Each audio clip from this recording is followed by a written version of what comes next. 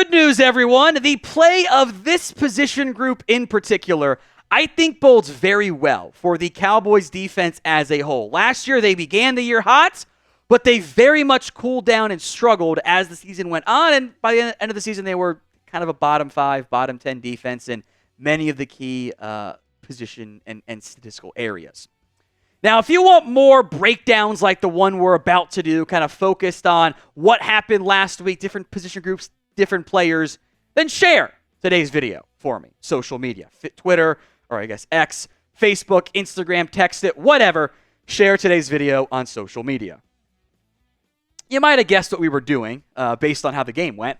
I was very happy, though, with the play of the linebackers in Week 1 against the Cleveland Browns. It is a new-look, overhauled linebacking core that really features one player back from last year's team. That was Damone Clark.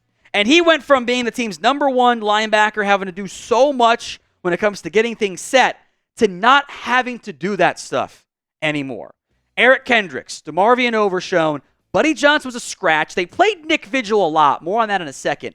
But this revamped linebacking core with some actual size and still speed, I was very impressed by in Week 1. The snap counts from the first game of the year. DeMarvion Overshown had 44, but I thought he played great. Eric Kendricks had 51 before leaving with dehydration. They then plugged Nick Vigil in his spot, which I was kind of surprised by. Damone Clark played 26. Marist Liufau only played 9, but I thought he was pretty good when he was out there. So let's break down all 5 of these players, beginning with DeMarvion Overshown, who I thought was simply fantastic. 11 tackles in 44 snaps, by the way. That is an elite ratio. Every 4 plays, up there's DeMarvion Overshown making the tackle again. That sack he had where he just exploded and crashed in on Deshaun Watson so much faster than what Watson was expecting was wildly impressive. He had a tackle for loss as well. In coverage, the numbers say 7 of 7 for 71 yards. The vast majority of that came on that big David Njoku play, which was partially Overshown's fault. That's really more on Donovan Wilson. Donovan Wilson should have not taken out Overshown on that play and just made the tackle. He kind of went for the ball and misjudged it a little bit. But only 2 first downs. I think that matters in coverage as a linebacker. If you allow a bunch of underneath stuff, I don't care. But if it's 3rd and 5 and you allow a 3-yard completion, who cares? Overshown, simply put, was everything I was hoping he was going to be in Week 1. He looked fast. He looked decisive. He read his keys well. He hit the holes properly. He played awesome. If you value PFF grades at all, he was number 1 on the Dallas Cowboys in Week 1 and number 2 as of Monday Night Football among all off-ball linebackers, behind only Logan Wilson of the Cincinnati Bengals. I thought he was awesome in this game, and that, I think, is such good news for Dallas that the stuff we saw in the preseason the last 2 years looks like it's carrying over into real games that matter.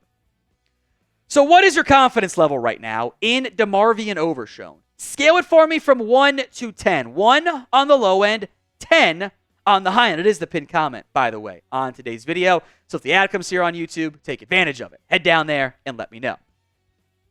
Next up is Eric Kendricks. Now, get that guy an IV. I don't know. It wasn't that hot in Cleveland. I'm a little surprised there were some dehydration issues. Either way, it was fine. That game was kind of over. 9 tackles, 2 sacks, a tackle for loss, and an interception. That is stuff in the stat sheet in every way you could ever possibly want.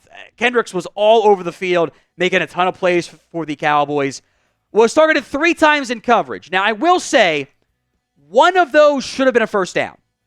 Another one, I should say, should have been a first down. The play I have in mind was Njoku on a crosser, gets past Kendricks, he drops the ball on 3rd down. That should have been a first down pickup, but he was right place, right time for the interception off the tip from Micah Parsons. I think that his veteran leadership, his football IQ, helps guys like Overshown, especially Damone Clark, who we'll get to here in just a second. But first, today's show is made possible by PrizePicks. It is America's #1 daily fantasy sports app, over 5 million active members. PrizePicks is the easiest and most exciting way to play daily fantasy sports. Unlike other apps, it's just you against the numbers. All you have to do is pick more or less on 2 to 6 player stat projections and watch the winnings roll in. One of their freebies the month of September, 1 Caleb Williams passing yard gets you 1 win on PrizePicks. That's as easy as it gets. I got a little college football slate for you since we're still waiting on the NFL slate. Travis Hunter, I'll go more than receiving yards. He's going to get force-fed in the rivalry game against Colorado State. I think Quinn Ewers is going to light up UTSA with some big plays. Even if he only plays a half or 3 quarters, I still like them more than on the passing yards there. So go to prizepicks.com/CLNS and use code CLNS and get $50 instantly when you play 5. That's code CLNS to get $50 instantly when you play 5. You don't even need to win to get the $50 bonus. It is guaranteed.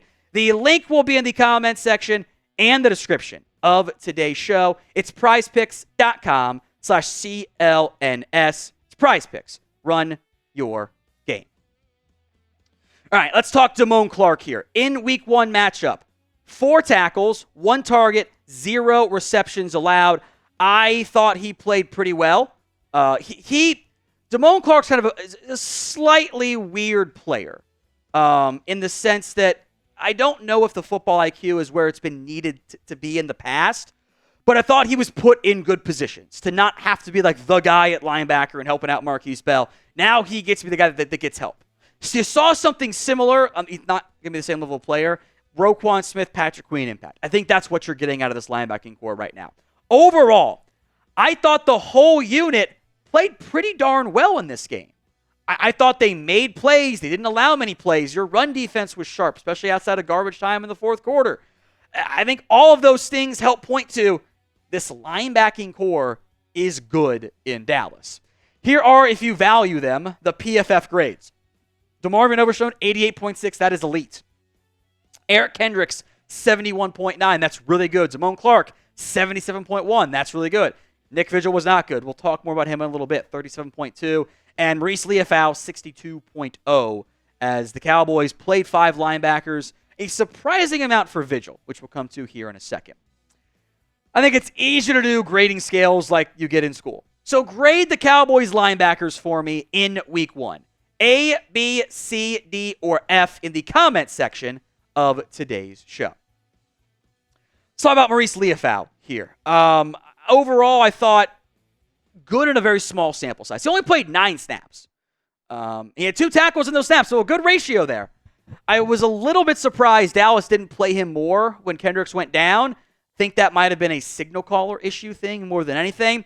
Despite the Cowboys listing him as a starter on their week 1 depth chart, he clearly was not. Clearly was DeMarvion Overshown.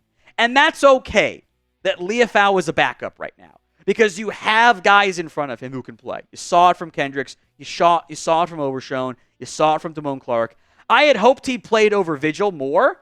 I wonder if that comes down to you had to get a different signal caller in the green dot, and Zimmer and Gunther just trust the guy that they've known for a while in Nick Vigil, because I don't think Vigil played that great. I was surprised he played as much as he did.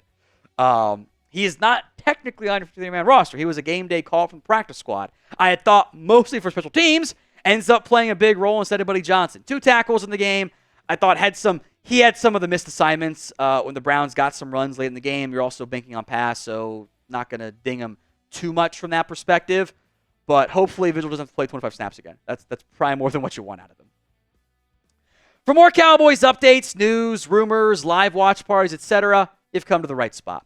Hit that sub button at youtube.com/CowboysTV. That's youtube.com/@CowboysTV for all the Cowboys news, rumors, and updates that you could ever want. I do want to mention Micah Parsons here, even though he is a pass rusher. I want to mention him because he can do some linebacker stuff, and he did a little bit. Micah Parsons, I thought, was used very well by Mike Zimmer. He wasn't always lined up over the left tackle. He was moved around. He had 69 nice snaps, 2 of them in coverage. That's what I want. I want Micah Parsons moving downhill. I want him attacking, going north to south. I don't want him going east-west and dropping into coverage that much. Sometimes, yes, and it worked. The one play they did it, they tricked Watson, and he wasn't ready and ends up taking a sack on the play because they dropped Micah. That's fine. He also played, of those 69 snaps, 6 of them off ball. And a couple of them were kind of like they checked into stuff and he drops in as almost a stand-up middle linebacker. That's fine too. They moved him around. I still don't think we saw the full display of what Mike Zimmer is going to do. Trayvon Diggs said they called basically 3 of their plays all game. Might have been a little bit more from an upfront perspective, but the back-end coverage, they just did a lot of too high stuff. And they showed blitzes and dropped it, and Watson had no answers whatsoever. So Micah was awesome against the Browns. He had 9 pressures. That, by the way, is the next-gen stats metric. They have those available immediately, which I find super helpful for game days. He could have had several sacks in that game. He could have had 3 or 4 sacks. There were a few times that I just couldn't quite bring him down. PFF had Micah at 11 pressures. So differences of timing and whatnot there. Either way, it was the best in the NFL in week 1. He was awesome. I like the way that Mike Zimmer deployed him.